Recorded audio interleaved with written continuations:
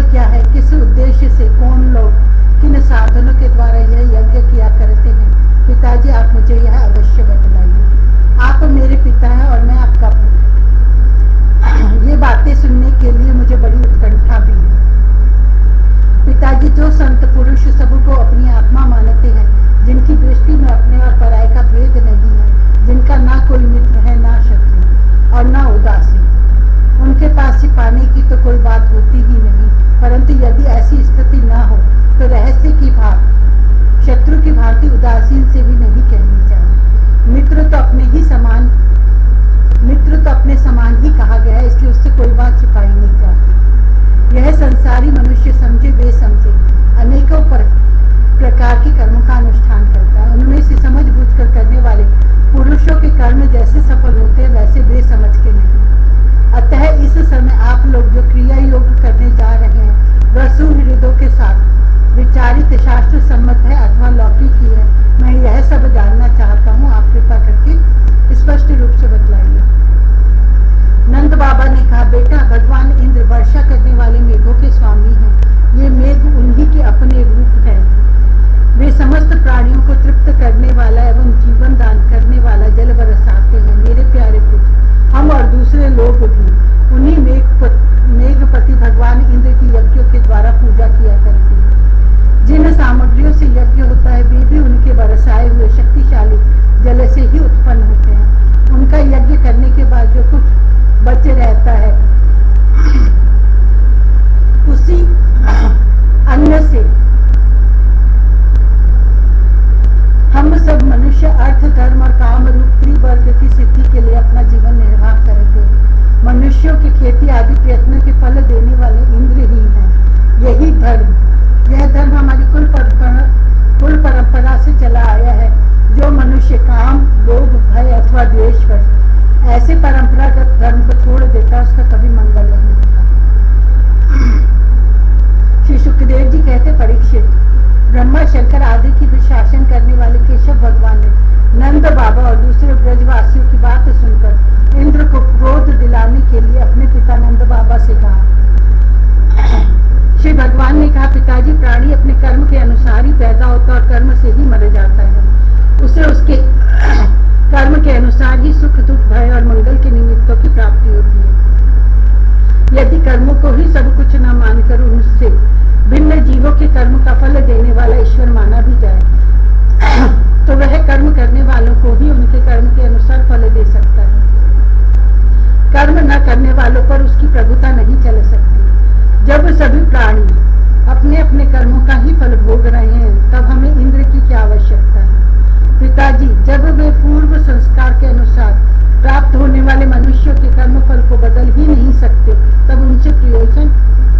मनुष्य अपने स्वभाव पूर्व संस्कारों के अधीन है, वह उसी का अनुसरण करता है। यहाँ तक कि देवता, असुर, मनुष्य आदि को लिए हुए यह सारा जगत स्वभाव में ही स्थित है। जीव अपने कर्मों के अनुसार उत्तम और अधम शरीरों को ग्रहण करता और छोड़ता रहता है। अपने कर्मों के अनुसार ही यह शत्रु है, यह मित्र है, यह उदासीन है, ऐसा व्यवहार करता है। कहाँ तक कहूँ, कर्म ही गुरु है और कर्म ही ईश्वर। इसलिए पिताजी, मनुष्य को चाहिए कि पूर्व संस्कारों के अनुसार अपने वर्ण तथा आश्रम के अनुकूल धर्मों का पालन करता हुआ कर्म का ही आदर करे। जिसके द्वारा मनुष्य की जीविका सुगमता से चलती है, वही उसका इष्ट देव होता है। जैसे अपने विवाहित पति को छोड़कर जार पति का सेवन करने वाली व्यभिचारिणी स्त्री कभी शांति लाभ नहीं करती, वैसे ही जो मनुष्य अपनी आजीविका चलाने वाले एक देवता को छोड़कर किसी दूसरे की उपासना करते हैं, उससे उन्हें कभी सुख नहीं मिलता।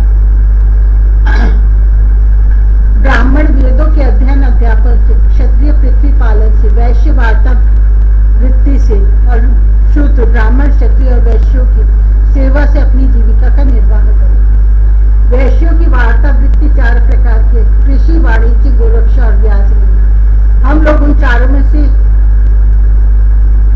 एक केवल गोपालन ही सदा से करते आए हैं।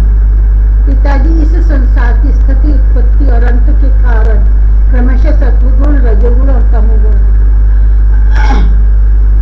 यह विविध प्रकार का संपूर्ण जगत स्त्री प्रेरक पुरुष के संयोग से रजोगुण की प्रेरणा से के द्वारा उत्पन्न होता है। उसी रजोगुण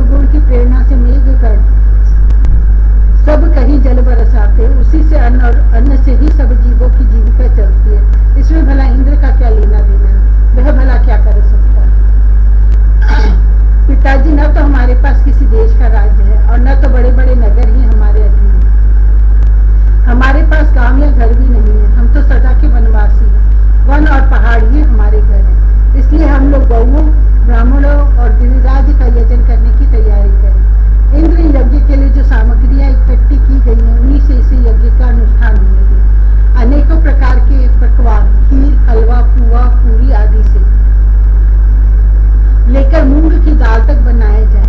ब्रज का सारा दूध एकत्र कर लिया जाए। वेदवादी ब्राह्मणों के द्वारा भली भांति हवन करवाया जाए तथा उन्हें अनेकों प्रकार के अन्न, गौएं और दक्षिणाएं दी जाए। और भी चांडाल, पतित तथा कुत्तों तक को यथा योग्य वस्तुएं देकर गायों को चारा दिया जाए और फिर गिरिराज का भोग लगाया जाए। इसके बाद खूब प्रसाद खा पीकर, सुंदर सुंदर वस्त्र पहनकर, गहनों से सज सजा लिया जाए और चंदन लगाकर गौ, ब्राह्मण, अग्नि तथा गिरिराज गोवर्धन की प्रदक्षिणा की जाए। पिताजी, मेरी तो ऐसी ही सम्मति है। यदि आप लोगों को रुचि तो ऐसा ही कीजिए। ऐसा ही यज्ञ गौ, ब्राह्मण और गिरिराज को तो प्रिय होगा ही, मुझे भी बहुत प्रिय है। श्री सुखदेव जी कहते, परीक्षित, कालात्मा भगवान की इच्छा थी कि इंद्र का घमंड चूर चूर कर दे। नंद बाबा आदि गोपों ने उनकी बात सुनकर बड़ी प्रसन्नता से स्वीकार कर ली। भगवान श्री कृष्ण ने जिस प्रकार का यज्ञ करने को कहा था, वैसा ही यज्ञ उन्होंने प्रारंभ किया। पहले ब्राह्मणों से स्वस्ति वाचन कराकर उसी सामग्री से गिरिराज और ब्राह्मणों को सादर भेंटें दी तथा गौओं को हरी हरी घास खिलाई। इसके बाद नंद बाबा आदि गोपों ने गौओं को आगे करके गिरिराज की प्रदक्षिणा की। ब्राह्मणों का आशीर्वाद प्राप्त करके वे और गोपियां भली भांति शंकर श्रृंगार करके और बैलों से जुटी गाड़ियों पर सवार होकर भगवान श्री कृष्ण की लीलाओं का गान करती हुई गिरिराज की परिक्रमा करने लगी। भगवान श्री कृष्ण गोपों को विश्वास दिलाने के लिए गिरिराज के ऊपर एक दूसरा विशाल शरीर धारण करके प्रकट हो गए तथा मैं गिरिराज इस प्रकार कहते हुए सारी सामग्री आरोहने लगी। भगवान श्री कृष्ण ने अपने उस स्वरूप को दूसरे ब्रजवासियों के साथ स्वयं भी प्रणाम किया और कहने लगे, देखो कैसा आश्चर्य है। गिरिराज ने साक्षात प्रकट होकर हम पर कृपा की है। ये चाहे जैसा रूप धारण कर सकते हैं। जो वनवासी जीव इनका निरादर करते हैं, उन्हें ये नष्ट कर डालते हैं। आओ अपना तक और गौओं का कल्याण करने के लिए इन गिरिराज को हम नमस्कार करें। इस प्रकार भगवान श्री कृष्ण की प्रेरणा से नंद बाबा आदि बड़े बूढ़े गोपों ने गिरिराज, गौ और ब्राह्मणों का विधि पूर्वक पूजन किया और फिर श्री कृष्ण के साथ सब ब्रज में लौट आए। 25वां अध्याय, गोवर्धन धारण। श्री सुखदेव जी कहते, परीक्षित, जब इंद्र को पता लगा कि मेरी पूजा बंद कर दी गई है, तब वे नंद बाबा आदि गोपों पर बहुत ही क्रोधित हुए। परंतु उनके क्रोध करने से होता क्या? उन गोपों के रक्षक तो स्वयं भगवान श्री कृष्ण थे। इंद्र को अपने पद का बड़ा घमंड था। वे समझते थे कि मैं ही त्रिलोकी का ईश्वर हूँ। उन्होंने क्रोध से तिल मिलाकर प्रलय करने वाले मेघों के सांवर्तक नामक गण को ब्रज पर चढ़ाई करने की आज्ञा दी और कहा, ओह, इन जंगली ग्वालों को इतना घमंड, सचमुच यह धन का ही नशा है। भला देखो तो सही, एक साधारण मनुष्य कृष्ण के बल पर उन्होंने मुझ देवराज इंद्र का अपमान कर डाला। जैसे पृथ्वी पर बहुत से मंद बुद्धि पुरुष भव सागर से पार जाने के सच्चे साधन ब्रह्म विद्या को तो छोड़ देते हैं और नाम मात्र की टूटी हुई नाव से कर्ममयी यज्ञों से इस घोर संसार सागर को पार कराना चाहते हैं। कृष्ण बकवादी, नादान,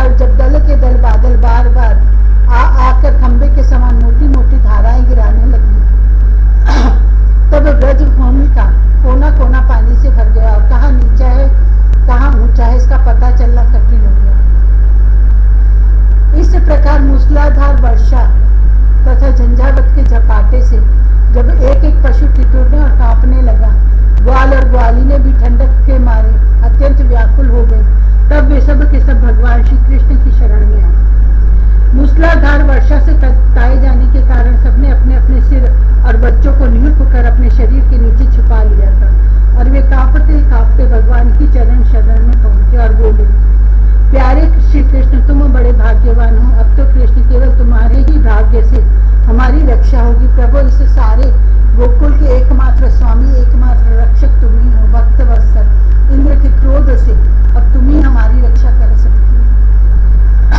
भगवान ने देखा कि वर्षा और ओलों की मार से पीड़ित होकर सब बेहोश हो रहे हैं। वे समझ गए कि यह सारी करतूत इंद्र की है, उन्होंने ही क्रोधवश ऐसा किया है। वे मन ही मन कहने लगे, हमने इंद्र का यज्ञ भंग कर दिया। इसी से वे ब्रज का नाश करने के लिए बिना ऋतु के ही यह प्रचंड वायु और ओलों के साथ घनघोर वर्षा कर रहे हैं। अच्छा, मैं अपनी योग माया से इसका भली भांति जवाब दूंगा। ये मूर्खतावश अपने को लोकपाल मानते हैं। इनके ऐश्वर्य और धन का घमंड तथा अज्ञान में चूर चूर कर दूंगा। देवता लोग तो सत्व प्रधान होते हैं, इनमें अपने ऐश्वर्य और पद का अभिमान न होना चाहिए। अतः यह उचित ही है कि इन सत्व गुण से च्युत दुष्ट देवताओं को मैं मान भंग कर दूं। इस शांति ही मिलेगी। यह सारा ब्रज मेरे आश्रित है, मेरे द्वारा स्वीकृत है और एकमात्र मैं ही इसका रक्षक हूँ। अतः मैं अपनी योग माया से इसकी रक्षा करूंगा। संतों की रक्षा करना तो मेरा व्रत ही है। अब उसके पालन का अवसर आ पहुंचा। इस प्रकार कहकर भगवान श्री कृष्ण ने खेल खेल में एक ही हाथ से गिरिराज गोवर्धन को उखाड़ लिया और जैसे छोटे छोटे बालक बरसाती छत्ते के पुष्प को उखाड़कर हाथ में रख लेते हैं, वैसे ही उन्होंने उस पर्वत को धारण कर लिया। इसके बाद भगवान ने गोपों से कहा, माताजी, पिताजी और ब्रजवासी, तुम लोग अपनी गौं और सब सामग्रियों के साथ इस पर्वत के गड्ढे में आकर आराम से बैठ जाओ। देखो, तुम लोग ऐसी शंका ना करना कि मेरे हाथ से यह पर्वत गिर पड़ेगा। तुम लोग तनिक भी मत डरो। इस आंधी पानी के डर से तुम्हें बचाने के लिए ही मैंने यह युक्ति रची है। जब भगवान श्री कृष्ण ने इस प्रकार सबको आश्वासन दिया, ढांढस बंधाया, तब सब के सब ग्वाल अपने अपने गोधन छकड़ों, आश्रित पुरोहितों और मृत्यों को अपने अपने साथ लेकर सुविधि के अनुसार गोवर्धन के गड्ढे में आ घुसे। भगवान श्री कृष्ण ने सब ब्रजवासियों के देखते देखते भूख प्यास की पीड़ा, आराम विश्राम की आवश्यकता आदि सब कुछ भुलाकर 7 दिन तक लगातार उस पर्वत को उठाए रखा। वे एक डग भी वहां से इधर उधर नहीं हुए। श्री कृष्ण की योग माया का यह प्रभाव देखकर इंद्र के आश्चर्य का ठिकाना न रहा। अपना संकल्प पूरा न होने के कारण उनकी सारी हेकड़ी बंद हो गई। वे भौचक्के से रह गए। इसके बाद उन्होंने मेघों को अपने आप वर्षा करने से रोक दिया। जब गोवर्धन धारी भगवान श्री कृष्ण ने देखा कि वह भयंकर आंधी और घनघोर वर्षा बंद हो गई, आकाश से बादल छट गए और सूर्य दिखने लगे, तब उन्होंने गोपों से कहा, मेरे प्यारे गोपों, अब तुम लोग निडर हो जाओ और अपनी स्त्रियों, गोधन तथा बच्चों के साथ बाहर निकल आओ। देखो, अब आंधी पानी बंद हो गया तथा नदियों का पानी भी उतर गया। भगवान की ऐसी आज्ञा पाकर अपने अपने गोधन, स्त्रियों, बच्चों और बूढ़ों को साथ ले तथा अपनी सामग्री चक्रों पर लाद कर धीरे धीरे सब लोग बाहर निकल आए। सर्वशक्तिमान भगवान श्री कृष्ण ने भी सब प्राणियों के देखते देखते खेल खेल में ही गिरिराज को पूर्ववत उसके स्थान पर रख दिया।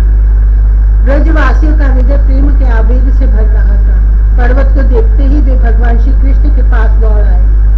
पर्वत को रखते ही वे भगवान श्री कृष्ण के पास दौड़ आए। कोई उन्हें हृदय से लगाने और कोई चूमने लगा। सबने उनका सत्कार किया। बड़ी बूढ़ी गोपियों ने बड़े आनंद और स्नेह से दही, चावल, जल आदि से उनका मंगल तिलक किया और उन्मुक्त हृदय से शुभ आशीर्वाद दिए।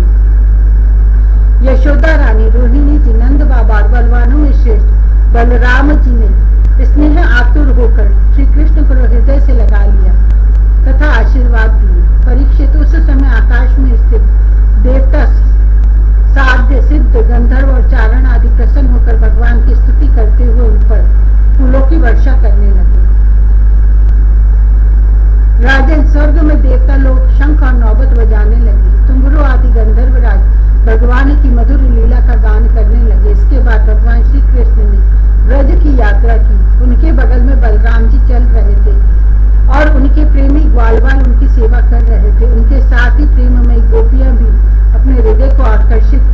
करने वाले, उसमें प्रेम जगाने वाले भगवान की गोवर्धन धारण आदि